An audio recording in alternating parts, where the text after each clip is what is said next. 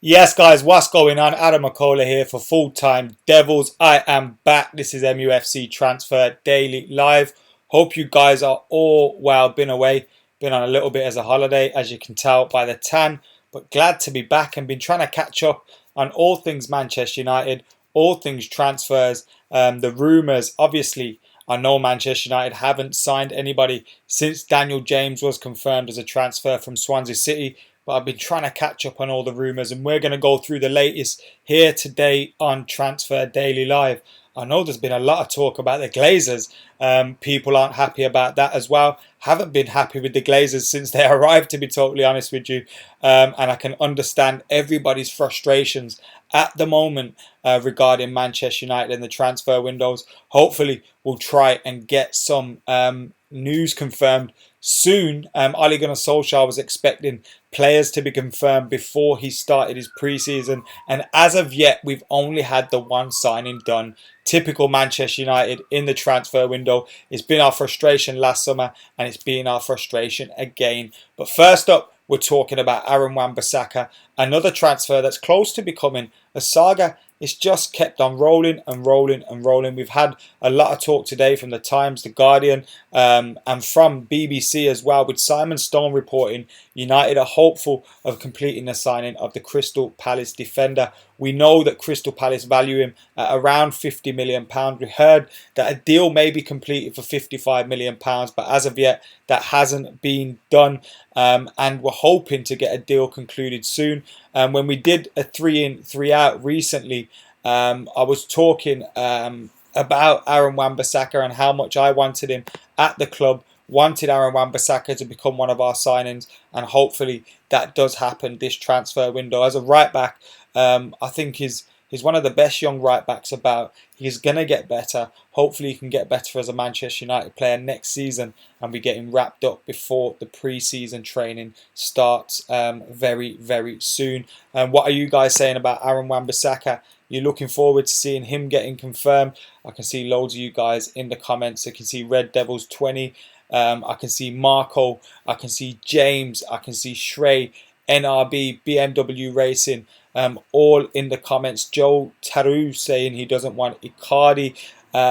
We've got our only signings will be Wan-Bissaka, James, Longstaff, and 100% says Des B.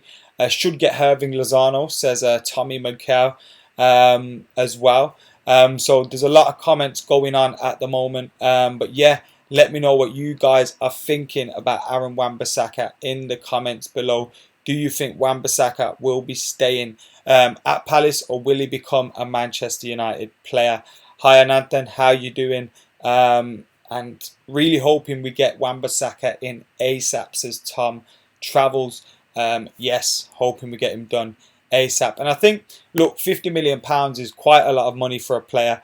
I think he'd become the most expensive fullback. I think he'd become our most expensive, well, he'd definitely become our most expensive defensive signing. And yes, it's a lot for a player that has only had one good full season, but we need to invest in the future. 50 million has become today's 30 million.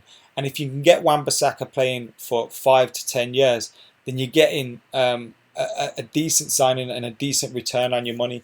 Yes, I know it's a lot of money, but it's a signing that we need to make, and teams are putting the prices up as soon as United are interested.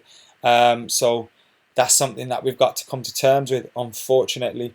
There's been a lot of talk as well about Bruno Fernandes, and the Telegraph are saying that Solskjaer is keen for United to push through a deal for the Sporting attacking midfielder now. Obviously, he was with Portugal in the UEFA Nations League, and he's been linked with a move to Manchester United by a lot of outlets. Telegraph today talking about Wan-Bissaka, and in the article talking about Wan-Bissaka, they mentioned Bruno Fernandes and said that Solskjaer is keen to push through a deal for Bruno Fernandes at the earliest opportunity. Sporting are demanding around £70 million, which is considered outlandish and a negotiating tool, as we know. Big money asked of Manchester United. Our team's just using Manchester United to crank the price up as well. That's something that we've got to be aware of. In the same article, they mentioned that Juventus are interested in Darmian. There seems to always be interest in Darmian from Serie A teams, and Juventus are the latest to be linked with him. But it's believed Cancelo could be on his way to Manchester City, and with that being said, now Juventus may make their move for Darmian. A funny thing that came from the Telegraph article was that I say funny. It's funny because if you don't laugh, you will cry. Crystal Palace apparently knocked back a clause which was to do with Aaron Wan Bissaka winning the Champions League because they don't think it's realistic. Crystal Palace doing that to United. It shows where the club are at the moment. But yeah, Aaron Wan Bissaka eager to join MUFC and hoping for a successful conclusion to talk. That Telegraph article also says. But what are you guys saying about Bruno Fernandes? Do you want to see Bruno Fernandes at Manchester United? Let us know. I'm just getting up some of your comments now on my phone. The Paper King says, why is no one coming in for our players? Maybe we'll see more movement on players out once we start getting more players in. Alex says, what do I make of Lingard's Snapchat posts? To be honest, I couldn't care less what our players are doing on their holidays. If they want to have a laugh or what they deem to be a laugh, as long as they're not, doing anything illegal or going on a mad one or whatever, I don't really care.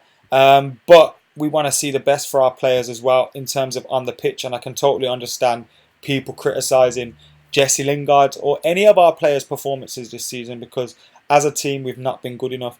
As for the Snapchat and the dancing and all that stuff, the haircuts, I don't get into that because to me it doesn't make a difference to their performances. Those are just small snippets of their life, and all of them I'm sure are dedicated to being an athlete.